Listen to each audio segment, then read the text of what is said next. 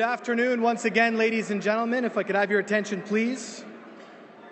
From the One King West Hotel in downtown Toronto, welcome to the Empire Club of Canada. For those of you who are just joining us through either our webcast or podcast or live on TV, welcome to the meeting. Before our distinguished speakers are introduced today, it gives me great pleasure to introduce our head table guests. I would ask that each of our head table guests rise as their name is called. Typically, we ask the audience to refrain from applauding, but nobody ever listens, so clap as much as you want. It's more fun this way. So first off, Mr. Christopher Wein, President of Great Gulf Residential.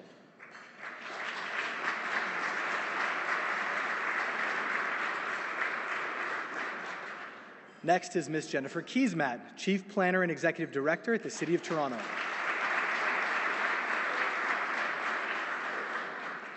Mr. Hunter Milbourne, President of Milbourne Real Estate Incorporated. Mr. Jason Lester, Vice Chair of Development at Dream.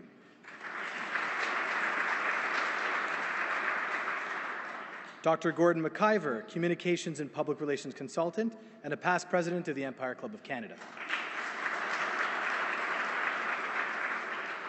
Ms. Jane Pepino, a partner at Airden Burles LLP.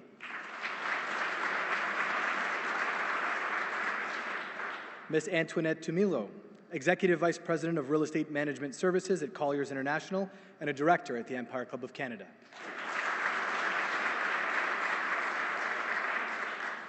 Mr. Daniel Maranovich, Senior Vice President of Land and Housing at Dream.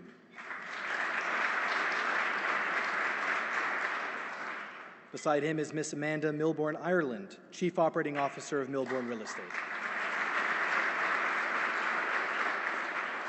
And once again, my name is Paul Fogelin. My day job, I'm the Vice President of the Ontario Retirement Communities Association and your President for the Empire Club of Canada this season. Ladies and gentlemen, your head table.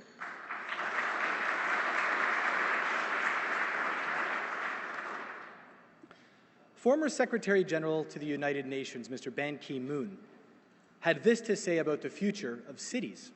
Quote, "Building sustainable cities and a sustainable future will need open dialogue among all branches of national, regional, and local government. It will also need the engagement of all stakeholders, including the private sector and civil society." End quote.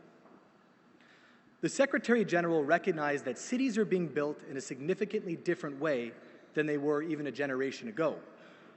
Both planners and developers spend more time thinking about macro issues, such as climate change, traffic congestion, and energy conservation. Each of these issues requires enormous amounts of study and thought if the final product is to be progressive and economically feasible. It often demands more cooperation between cities and the development community. Well, today we are tremendously privileged to be joined by two global leaders in the art of modern city building. One, an award-winning North American developer, and the other, one of the continent's most respected and well-known planners. Together, they will discuss what it takes to build a great city in 2017 and how new approaches to city building are literally changing the way that urban Canadians live, work, and play. Christopher J. Wein is the president of Great Gulf. He leads the senior executive management team for all residential community, housing, high-rise development initiatives at Great Gulf, including construction and property management. With more than 20 years of senior leadership in the design and development industries, his work focuses on utilizing new technologies, sustainable eco-friendly building solutions, and engineering ingenuity in the industry. Chris has spoken at industry conferences all around the world, in Shanghai, Dubai, New York, Dallas, and all across Canada. Under his leadership, Great Gulf has been recognized as 2016's Home Builder of the Year, as well as receiving many top community and high-rise development awards. Jennifer Keesmaat is Chief Planner of the City of Toronto. In this role, Jennifer is committed to creating places where people flourish. Over the past decade, Jennifer has been repeatedly recognized by the Canadian Institute of Planners for her innovative work in Canadian municipalities. Most recently, Jennifer was named as one of the most influential people in Toronto by Toronto Life magazine and one of the most powerful people in Canada by Maclean's. Jennifer is the 2016 recipient of the President's Award of Excellence from the Canadian Institute of Planners. Her practice is characterized by an emphasis on collaborations across sectors and broad engagement with municipal staff, councils, developers, and residents' associations. And finally, I'd like to welcome our moderator for today, which will be our past president, Dr. Gordon McIver. Gordon McIver has a wealth of experience in the public real estate world and will lead our conversation today. So would the three of you please join me on stage?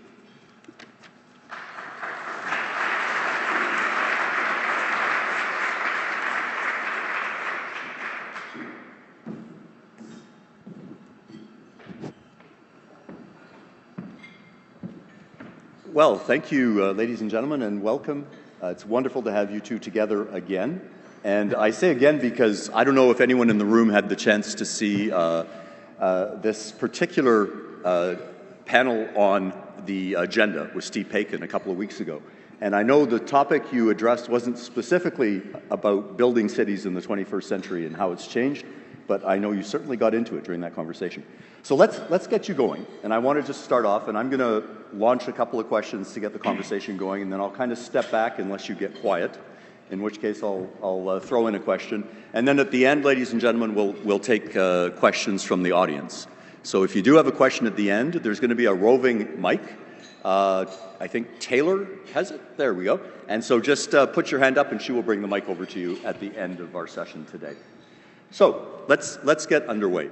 Obviously, I think everybody in the room probably has a base understanding of how municipal planning has changed since, Baron Haussmann did his grand redesign for Paris well over a century ago.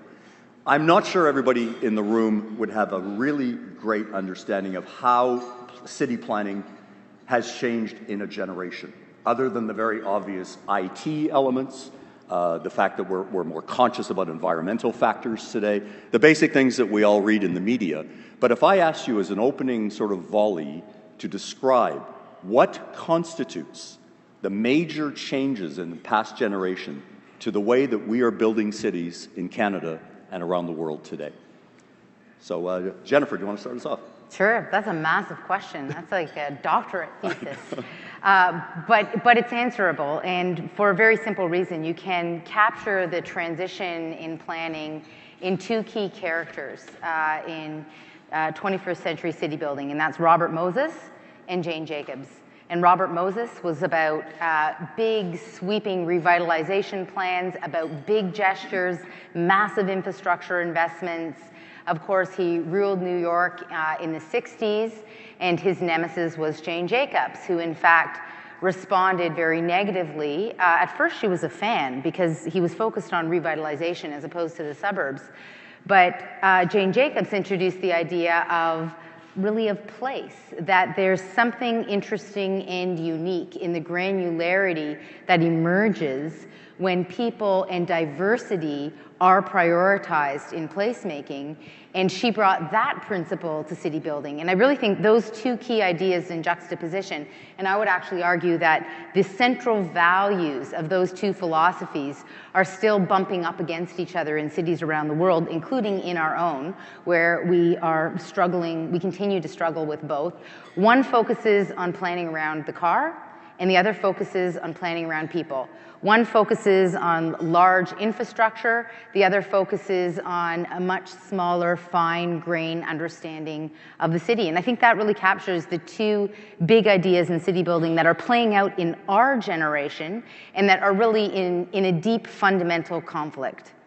Yeah, I would concur with Jennifer. I think the challenge we have coming at it from a developer's perspective is the world moves too fast these days.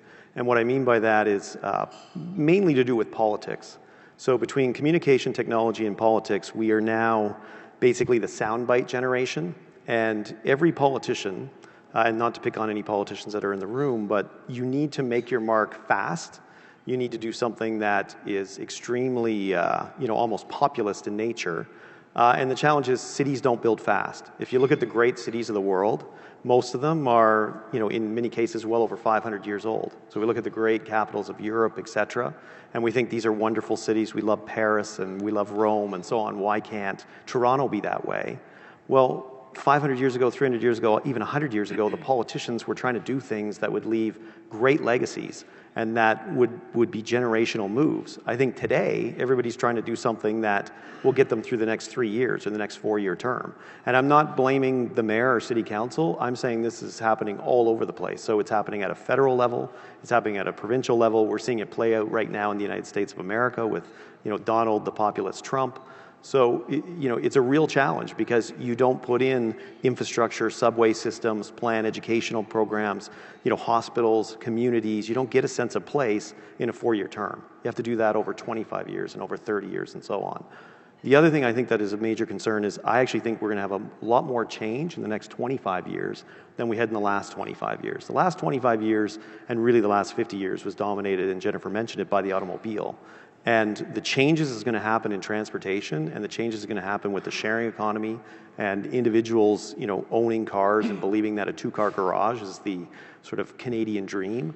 That, I think, is changing absolutely at light speed. And I think what's going to happen over the next 25 years, and our challenge, both as a private industry and also as public policy, is to figure out where cities are going, and more importantly, where the demographics are headed, and what's happening with even the way the family unit comes together.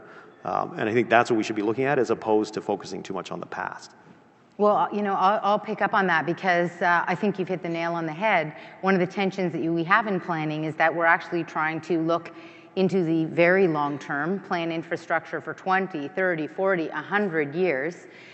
When change is happening so quickly, how do you do that? How do you really understand, apparently most of the jobs that our children are going to have don't even exist yet. So how can we even begin to think about what workspaces are going to look like and where people are going to live? So it presents a fundamental challenge, and then when you overlay that with a political pressure to do something now, it creates, I think, a hotbed of risk. Absolutely. And I think the only response to that can be to go back to our timeless principles of good planning and good design, principles that have stood the test of time, and ensure that all of our decision making continues to be rooted in those timeless principles of great placemaking, which, no surprise, Jane Jacobs actually articulated very well. And I'll give you a really specific example, because people say to me all the time, "Oh, are you planning for autonomous vehicles? Autonomous vehicles are going to transform our city." Which I think is just this incredible misunderstanding as to how technologies and tools work in a city. Because technologies and tools are an overlay. Cars don't change the city. Autonomous vehicles don't change the city. Our planning policies need to come first, and autonomous vehicles need to then fit within our vision of the kind of city that we're trying to create. So you've probably heard it, people saying, autonomous vehicles are going to result in more sprawl. Well, only if we decide to plan for more sprawl, only if that's how we decide to plan for more cars, then absolutely they will ruin our cities, much like we've ruined many of our North American cities by planning highways and freeways and for the car today. The inverse is if we say, well, wait a minute, what's the vision that we have of our city? Well, we know we want our cities to be green and sustainable. We know that the best way to do that is to make them walkable, to ensure that the first choice for getting to work or recreation is, in fact, to walk or to take a short cycling trip or to take transit. If we stick with those principles, then we begin to see autonomous vehicles as something that can overlay and contribute to that vision. And the biggest opportunity I see is that it means we'll need a lot less parking. Absolutely. Because we won't be parking cars for 98% of the time. Those cars will continue to function. Yeah, so can you give me relief on all my parking for the current 10 towers that I have under development? The interesting thing is I think we're quite obsessed with transportation, and we're obsessed with how technology has changed transportation, but we're actually missing the big change in technology, because it really isn't the transportation idea. Why is transportation such a big deal, and why have we always obsessed over transportation? Because for the last 100 years, for the last 300 years, we've had to transport ourselves to get to work. We've had to transport ourselves to educate. We've had to transport ourselves to get health care. We've had to transport ourselves to play, to live, etc. What technology has unlocked is not the idea of autonomous cars. That's just more of a nice to have, a symptom. What technology has really unlocked is it allows all of us to do anything we want at any time we want, anywhere we want. And that's truly what's going to revolutionize the cities. And we're seeing it already. As a private developer, we're seeing that the needs of office have changed dramatically. The needs of education have changed dramatically. I sit on one of the hospital boards, North York. I have to give a shout out because they're in the audience. The needs of hospitals and healthcare is changing. Now we have home care.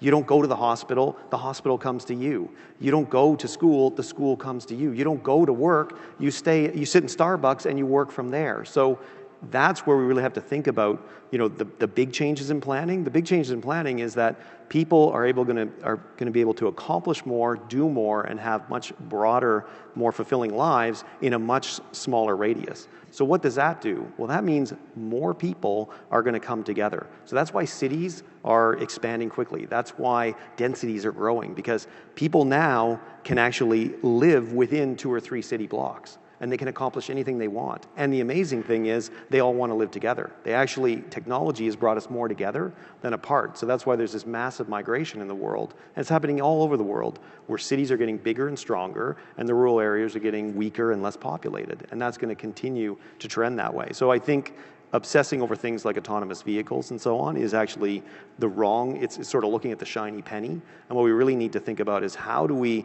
design cities and how do we design buildings and how do we have buildings interact with one another where people can accomplish, really a multitude of tasks, and where they truly, we talk about multitasking. We have to build buildings that allow for multitasking. And one of the challenges we have with current planning principles, and more so current approval process, is that we're still very stuck in, an office kind of has to look like this, and a school kind of has to look like this, and a residential building has to look like this, and they all have different parking ratios, and they all have different rules and regulations, and try not to mix too many of them together because we don't really like that because it's tough for us to get our heads around. And I think that that's where great leaps and bounds can be made, because we talk sometimes buzzwords in the planning world, in the architecture world, in the development world, mixed use, mixed use, mixed use.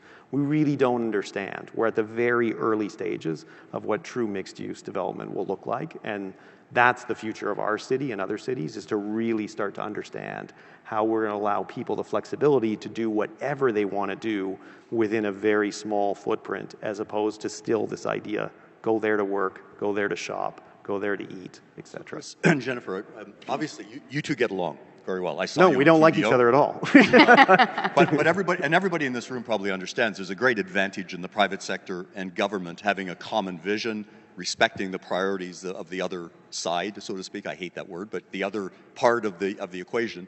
But there was a period, and I had the honor of sitting next to Jane Pepino at lunch, and she will remember, as I do well, that there was a period where we were taking Jack Layton to the OMB every week, right, in the private sector, because he was trying to stop every development.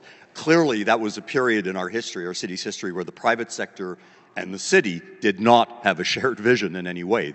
And some people would submit that's still out there very much. So my question to you both is, how important is your relationship and finding common ground so that you can actually work together? You have a profit motive? I think it's incredibly important. Like we pride ourselves on trying to avoid the OMB process as much as possible. So as Great Gulf considers themselves a city builder, we operate in 22 cities across North America, and we believe that we have to partner with the cities, we need to partner with the administration, we need to partner with the politicians, and we need to work together to build a better city. By working as adversaries, it makes no sense.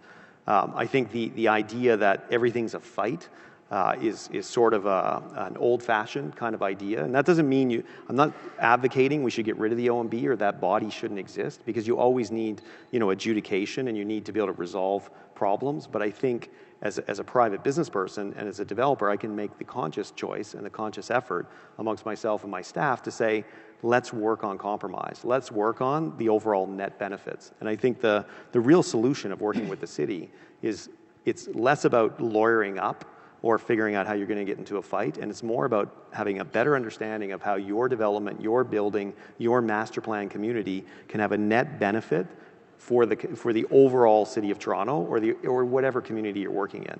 And if we can demonstrate that net benefit and demonstrate that we're doing things that will help with city building, I've never found the city, nor Jennifer personally, to be difficult to work with. Where I think the difficulty comes is sometimes it's a lack of it's a translation.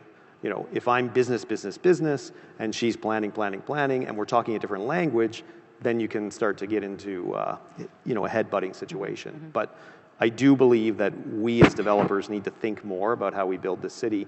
And by the way, it also makes us more profitable. Like, I honestly believe by compromising and by working together and by not being, you know, fighting constantly, we actually make more money. So I think it's a win-win. Well, you know, I'll give a couple of pieces to respond to that. You know, the relationship's essential. When I started in this job, I did a roadshow. I had a PowerPoint presentation that I did that I talked about a shared vision for the city and our shared interests. And I think anytime you begin with shared interests in a conversation, you can get to a great outcome. And so I had a negotiation last week with a developer who's working on a very big project. We really disagreed as to how to deliver this project. And at one moment in the conversation, I stopped and said, let's hold back a minute and go, what are we trying to achieve here? We both want an exceptional project that's going to be precedent-setting and is going to redefine the city. And we both went back to, that's right, let's remember what we both want out of this. How you get there is always tricky. It's always tricky because you're negotiating a whole variety of different interests that are very real.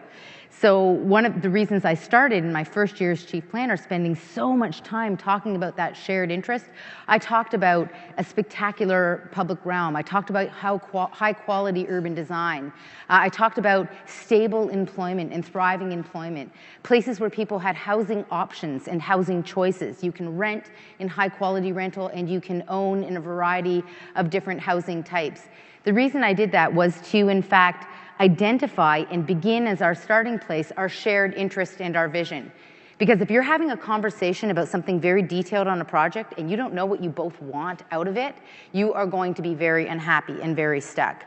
I would say that I agree with most of what you've said, and I would put you in this category, Chris, which is that as a city builder, and you've said that outright many times yourselves, this breaks down, of course, when you don't have a shared vision. When you have a developer who is not a city builder, who actually doesn't really care about the future of the city, but just cares about making a profit.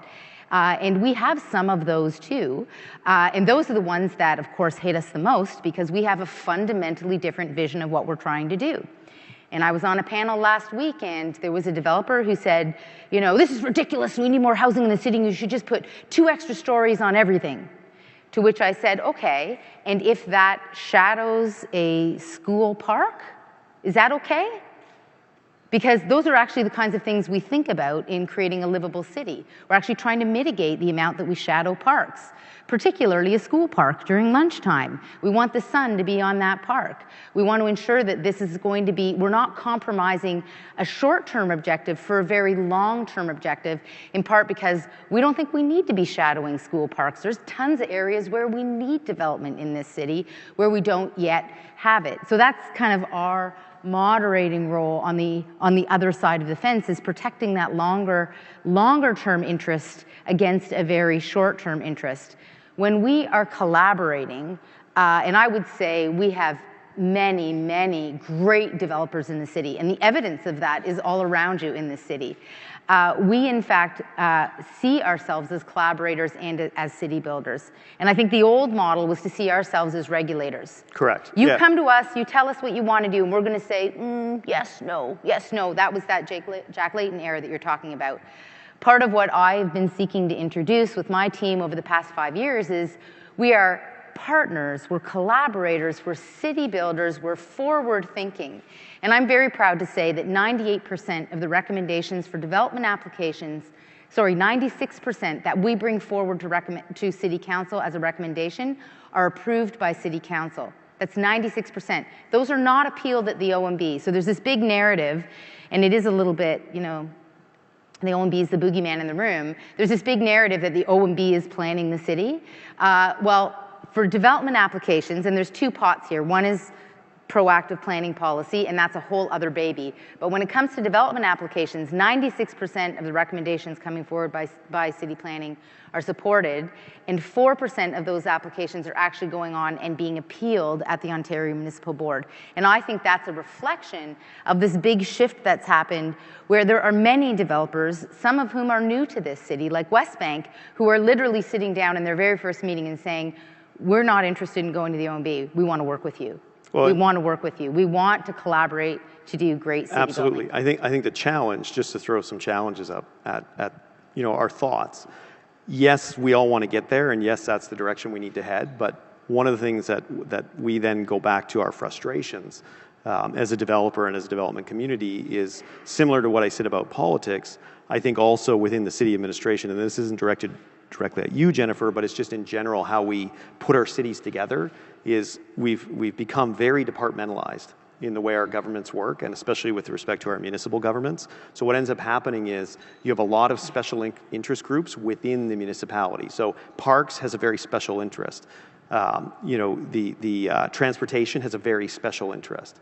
Even the development planners have a special interest. And what ends up happening is you get too many people around the table that really only care about their piece of the pie, and no one can kind of adjudicate that global good. And I'm not saying that the OMB necessarily is the venue for it, but I think in order to progress, because part of this conversation is about how can we make the city better, how can we improve our cities in the 21st century, is really we need to start thinking about administratively how we judge what is in the net benefit, and how we don't get into a situation where, because I sit in too many meetings at City Hall where I literally have the conversation where half the room, and they all work for City Hall, says, Chris, this is great, we love the development, and the other half of the room says, oh yeah, but from my perspective, which is very narrow because I'm only worried about traffic, I don't actually like the development. So I don't think you should do it. I don't think we should have this mixed use come in or whatever, because there's this one little interest that's a key thing. And I'm not picking on transportation because every meeting it changes, but I think that's where I don't think it's an immediate fix, but I think we have to look at and think about how we measure, projects, and how we sort of have this level of compromise. Because sometimes we have to compromise on transportation. Sometimes we have to compromise on parks. Sometimes we have to compromise on, uses, on heritage. Heritage is a big issue in the city right now. Most of the cities we operate in around the world or around North America have, better heritage and laxer rules. So they're able to figure out that we don't have to protect everything. We have to protect the stuff that's actually significantly important.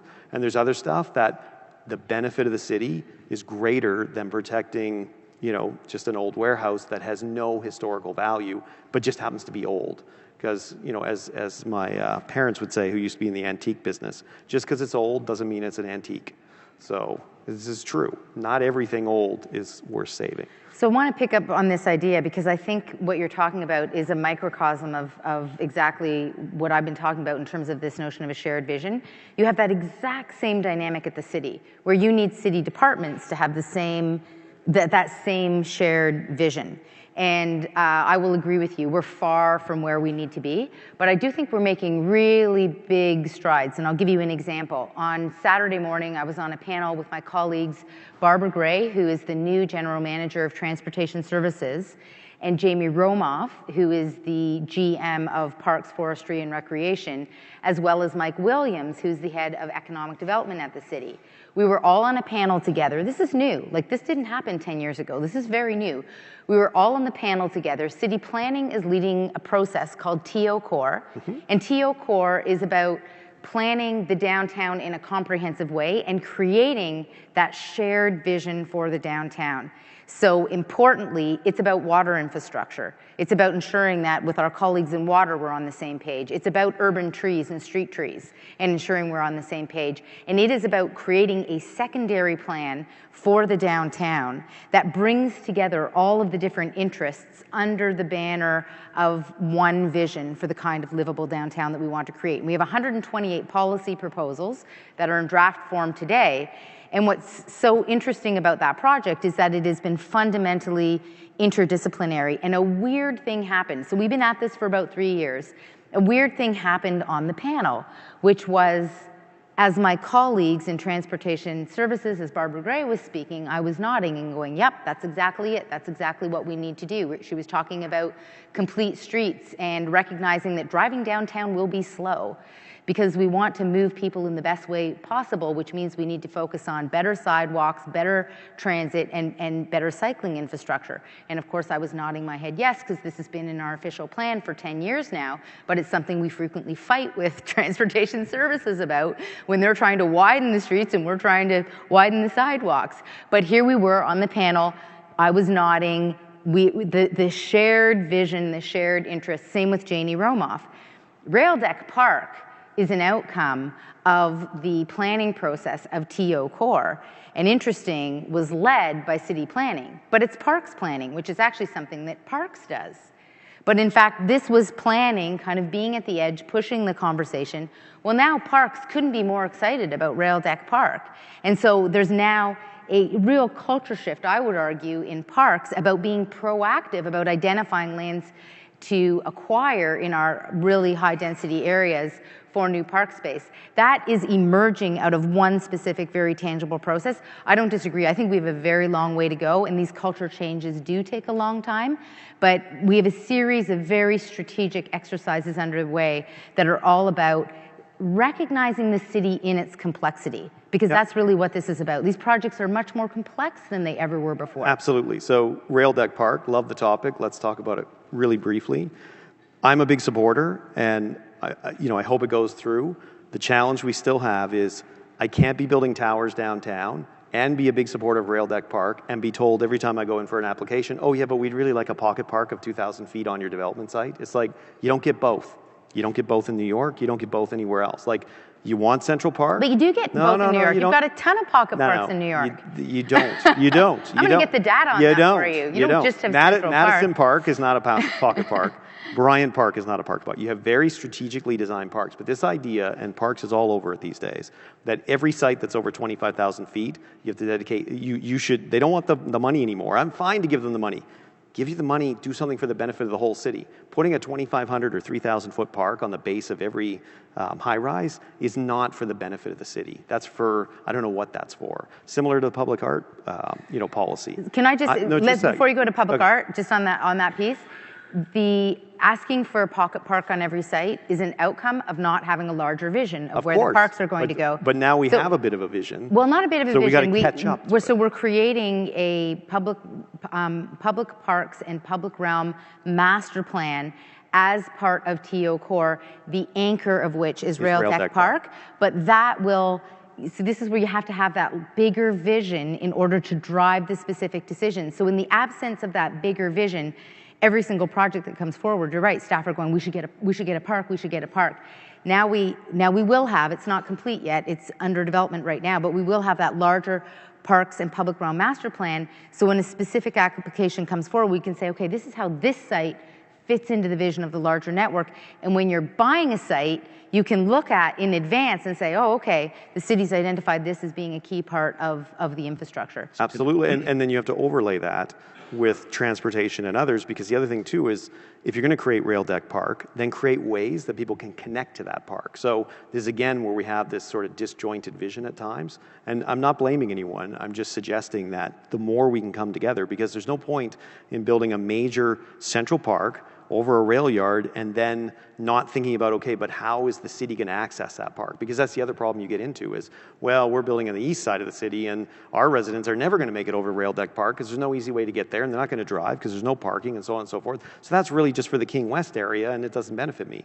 Then you overlay that with... Take the relief line, they'll take smart track. But it's not built yet. But then you overlay that with the politicians saying, well, my ward, I care about this, that ward, I care about that. So I'm not suggesting that our city's broken by any stretch, and I think our city's getting better all the time, and I think you're part of making the city better, and you know I'm a big supporter, but I think two things need to change. One, the faster we can kind of pull people together and have grander visions, the better, and then at the same time, while you're putting together the grand visions, we need to somehow have an interim period where we say, you know what, we have a vision, we know where we're headed, it takes several years to put together something like TO Core.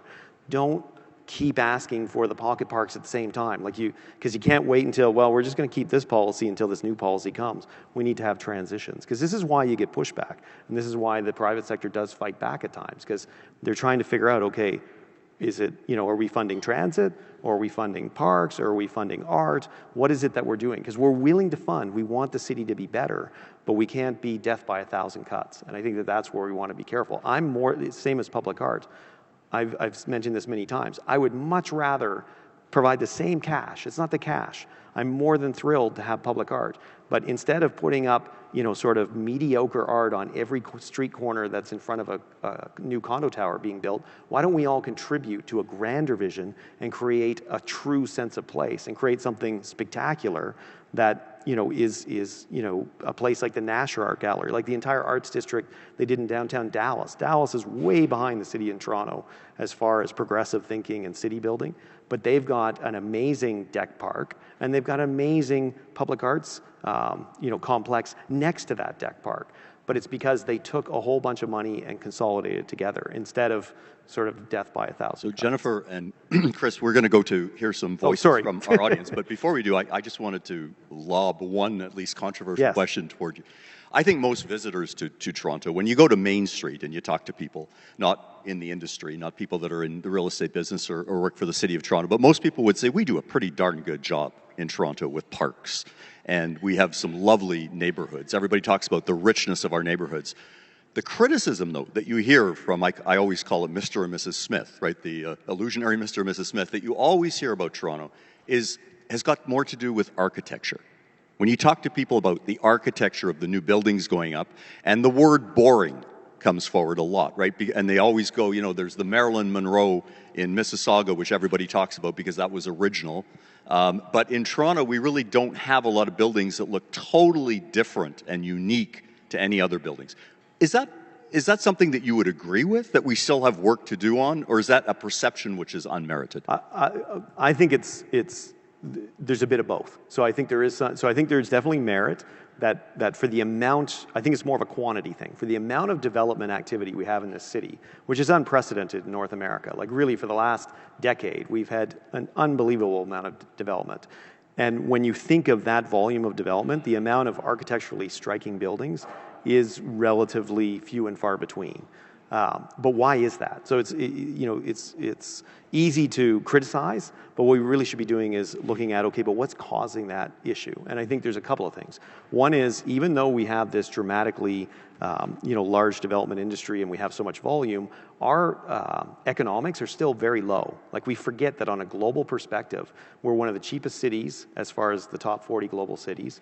And there isn't a ton of money to put into the construction of these buildings. Like in New York, when you have buildings that are going up that are $3,000, $4,000, $5,000, $7,000 a square foot, and the average buildings in Toronto are $500, $600, $700 a square foot, there's only so much you can spend on architecture. The second issue we have is, even if you do bring in the world-class architects, we do struggle a little bit with the trade industry. And it's no offense to them, it's that these buildings aren't difficult, or are very difficult to build. So we're doing a Moishe Safdie building down at the waterfront, Moaned. We think it's a gorgeous building. The economics are very tough on it, but more importantly, the trades are struggling to understand his level of detail. And we don't necessarily have the local trade base that can handle some of these very architecturally complex items. And then lastly, we also deal in an extremely difficult climate.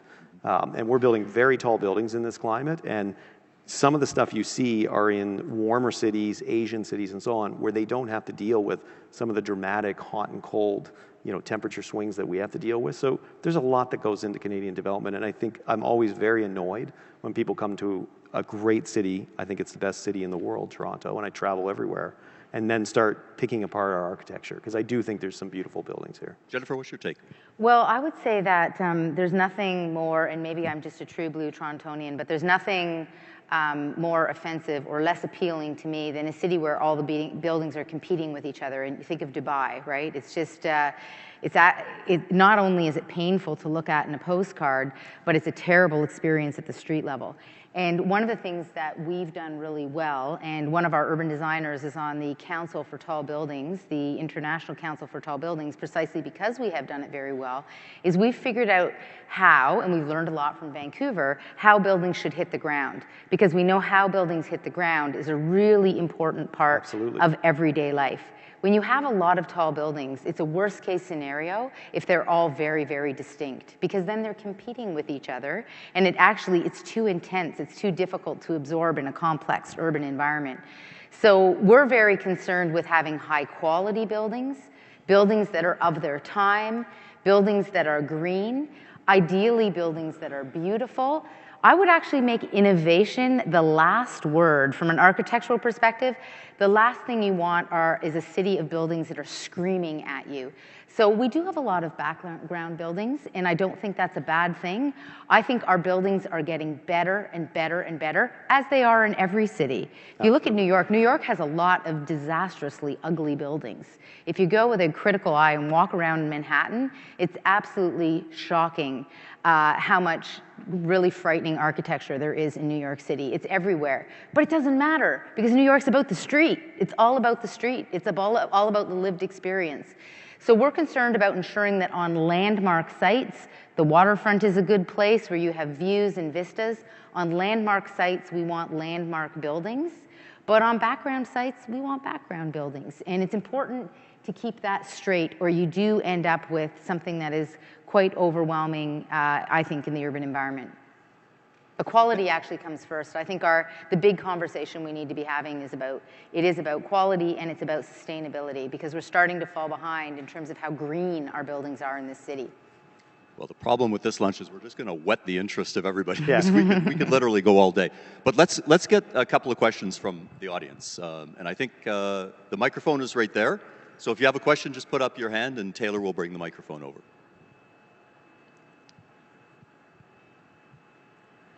Don't all jump at once. There we go. Antoinette Tamilo. Head table, but I've got a question. You talked about the waterfront development. I'm just curious how you feel about what's there for us as, people living in the city, and how it's developed. Do you think that's a landmark place? Are you proud of what we've got down there as city planner? Sure. Waterfront Toronto was created in response to the mistakes of the 60s and 70s. Waterfront Toronto was all about a recognition by Mayor Crombie and others that the waterfront needed to be a special place, a regional destination, a peopled place that was a neighborhood so that there's 24/7 activity, but also needed to continue to respect the industrial port, the extent to which it still exists. So I think we are just on the cusp of beginning to see and realize the future of the waterfront and the waterfront's potential. Waterfront Toronto has focused on creating some pretty spectacular public spaces as a way to incent further private sector investment in the waterfront, but we haven't yet seen the vastness of what the waterfront can be. But I think we're getting there. The work that Dream has done on the West Don lands is a brilliant example of placemaking and city building. It is going to need to mature. It's in its infancy. It will get better and better and better as it gets denser and as people start to make their mark and to give it some really distinct character. But I think we have the bones in our Portland planning framework, in the work that's being undertaken now for Unilever, in the work that's happening not only in the West Don lands proper where the Athletes Village was, but the work that's now beginning to emerge on the sites adjacent to it and how that will link to this distillery district. And then there's the waterfront planning right along Keating Channel. I think that we are going to see, it's really work that we're all setting up for today, but we haven't yet seen the vastness of the opportunity and the greatness of what's going to be on our waterfront. So I think it's yet to come. Yeah, I would concur on one point and disagree on another. So with respect to the future of the waterfront. I think it's got an extremely bright future, and I think that it's actually, there's some positives that a lot of the Keating Channel, which we're partners with Dream on the Silo site, hasn't been developed yet, because I think there's great things that can happen. We're thrilled about what we're doing with Moaned and Waterfront Toronto. I think one of the challenges that happens, though, is we all know that the Queens Quay extension and that transit line is kind of stuck in limbo, and we need to figure out how that's all going to work. There's a lot of retail planned for that area with Heinz and Office that can't really work without the transit. And then when you talk about the public spaces, I like the dedication of the public spaces, but I don't like the timing of the public spaces. So by the time we finish Moaned, Sherbourne Common will be probably 9 years old, 7 to 9 years old. And we'll be opening a brand new building with 580 units, so about 1,000 residents. Tridel will be opening a couple of buildings with another 1,000 residents. So those 2,000 residents will be welcoming into their brand new parks that our project opens right onto, that are 7 to 10 years old, and that infrastructure and the fountains and so on will already need to be replaced. So I think sometimes with this sort of master planning and city building, we get ahead of ourselves, because that design, we haven't built the buildings yet. We haven't populated the buildings yet. We don't know who's living in Waterfront Toronto yet. Let's get the residents in and living in those spaces. I'm totally supportive that we have Sherbourne Common as a placeholder, but let's design the park based on what those residents want and based on what the future of that community looks like. And let's not pour money into infrastructure that by the time it's actually fully utilized, by the time the first child goes and runs around, is already almost a decade old. So I think sometimes we get our timings wrong, and I do believe that a lot of that is political in nature. So again, I wouldn't suggest necessarily it's Jennifer's responsibility, but I think it's always great to do ribbon cuttings on parks and ribbon cuttings on public spaces. So it's a great photo op, and if you're in power, it's a good photo op for when you're in power. But if you do it too prematurely, you're really just wasting everybody's money, and you're ultimately not making the city a better place. So I think we do need to work more collaboratively on the timing, and similarly with the transit, we as the private sector, there's over 20 million square feet of GFA in Waterfront Toronto and beyond, because the Keating Channel is not part of Waterfront Toronto, but it's still part of the district. And with 20 million square feet of development rights, we as a development community should figure out how we can work with the city to make sure that transit line comes through, because it's in all our best interest to get that Queens Quay extension. Yeah, and the transit piece isn't in limbo. It's continuing underway. It's unfortunately wasn't. Well, the funding I meant. It wasn't started. Yeah. The funding is definitely. I meant the funding. The funding is a big black hole, big scary black hole. But we're proceeding with optimism on the planning side. Yes. Well, you guys are great together. I saw you on TVO, as I said. I can sense a little bit of a partnership maybe forming, and you can take this on the road and educate people around the world on what makes a great city. But thank you very much. I'm going to pass it back to the president. And again, thank you so much for being with us today. That was a great panel.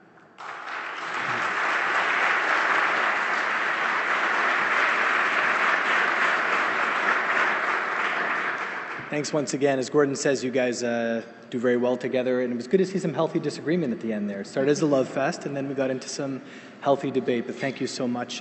It's my pleasure to invite Mr. Hunter Milbourne up at this time to offer the official thank you.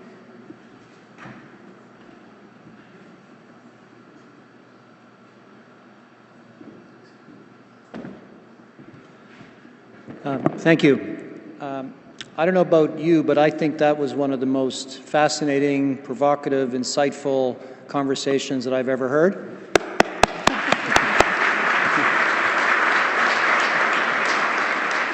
So my job is to be short and sweet, so I want to thank Jennifer and Chris for taking their time to give us a lot of insights into the future of our city. Thanks very much.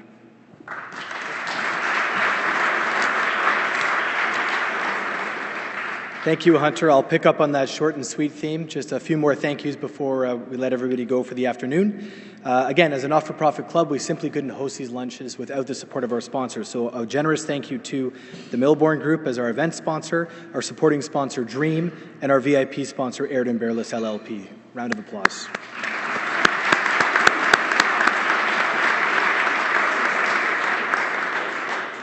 So please join us again soon. Our next event will be, and there was a lot of talk of transportation today, the Minister of Transportation, Mr. Stephen Del Duca, on March the 20th here at 1 King West. So that should be a very exciting lunch as well. Thank you very much for your attendance today, and I hope you enjoyed your time, and we'll see you next time.